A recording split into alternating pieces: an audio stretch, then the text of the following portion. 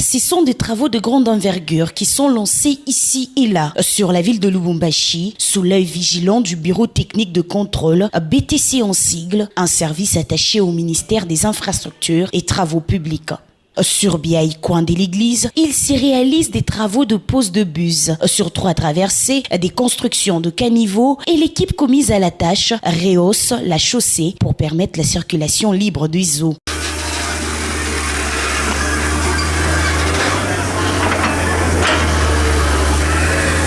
Alors ça évolue bien, ça évolue très bien parce que nos amis de l'OVD ont suivi la consigne qui était d'accélérer les travaux et profiter de la saison sèche pour qu'avant la rentrée des pluies, la route soit déjà praticable et que la population soit à l'aise de bien circuler. Oui, on a suivi à la loupe, on a même des permanents qui sont là, qui nous font des rapports chaque jour, on a des réunions 2 fois par semaine. On est en train vraiment de suivre la qualité parce que c'était un point très chaud. Il y avait des inondations terribles, la route des fois était coupée.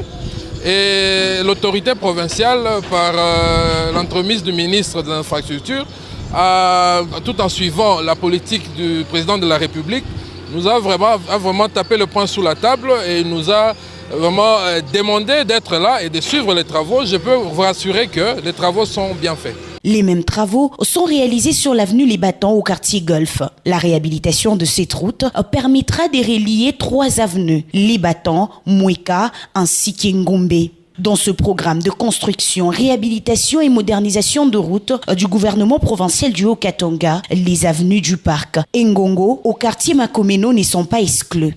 Pour éviter la montée des eaux constatée lors de la saison pluvieuse, des caniveaux sont construits sur l'avenue Ngongo. Lancé par le gouverneur Jacques Kaboula Katoué, le projet de construction et réhabilitation de 150 km de route évolue.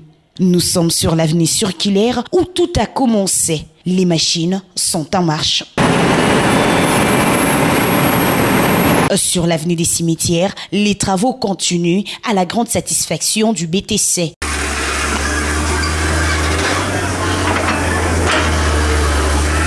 Alors les impressions sont vraiment bonnes parce que la qualité du travail est vraiment très bonne.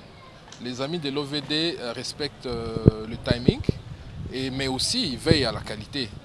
Nous sommes vraiment là, nous sommes en train de suivre et nous veillons aussi à ce que les travaux soient faits selon les prévisions parce que les instructions étaient bien claires.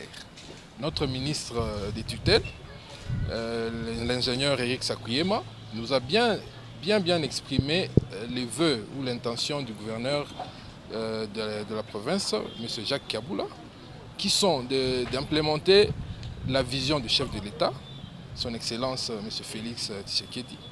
Et nous, le BTC, ici, avec notre directeur, notre chef provincial, M. Guilain Sabi, et moi-même, le responsable technique, nous sommes en train de suivre à la loupe et de près tout ce qui se fait et nous pouvons vous garantir que les travaux sont bien faits, avec satisfaction. Et bientôt, nous sommes presque au début, parce qu'on a déjà presque 1 mois de travail, mais l'évolution est au-delà du planning.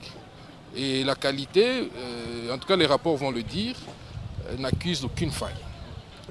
Je confirme ici que les travaux sont faits sous l'œil vigilant du BTC. Et déjà avec ce qui est fait, la qualité des travaux est là. Et donc la population peut être calme et sereine. Quand les ouvrages seront livrés, ils pourront eux-mêmes voir que c'est vraiment la qualité dans les travaux qui sont exécutés. Profitant de la saison sèche, les équipes sont à pied d'œuvre. Le gouverneur Jacques Kaboula Katoué, via son ministre provincial des Infrastructures, l'ingénieur Eric Sakuyema Lukwesa, exige de ses services du concret pour le bien de la population.